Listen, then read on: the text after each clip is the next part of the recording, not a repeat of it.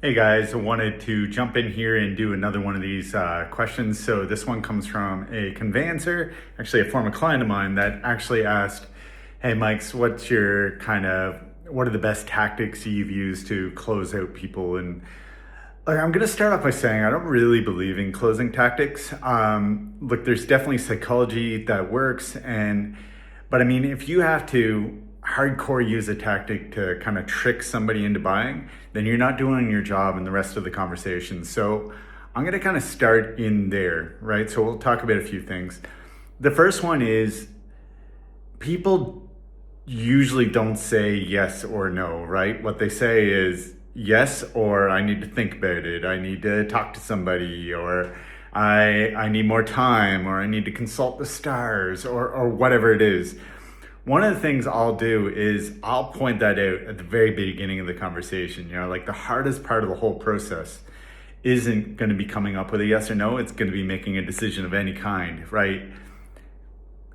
I heard somebody today talk about, a one door or two door decision, like figuring out, yeah, you could make the wrong choice, but what's the cost of that? It's usually not as much as not making a decision at all. So I'll talk about that and have that concept right up front about the hardest part you're going to have is actually making a yes or a no here. It won't be bringing that through.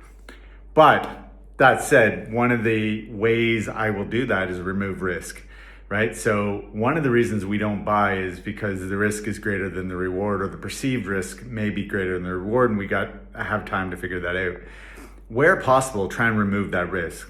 So saying things like, if this doesn't give you blah, blah, blah, or if you're not totally satisfied, like some form of a guarantee, and do what it is. Like if you don't feel comfortable with a money back guarantee, like would you be willing to give more? Would you be willing to do more? Would you some way of removing that risk for them is a great way. Yes, potentially you could have somebody take you up on that, but it's going to be a small percentage of the people that would flock in and say yes to the sale because you've removed the risk for them, right? So removing risk is definitely a great tactic that any business can use to kind of improve their conversion rate.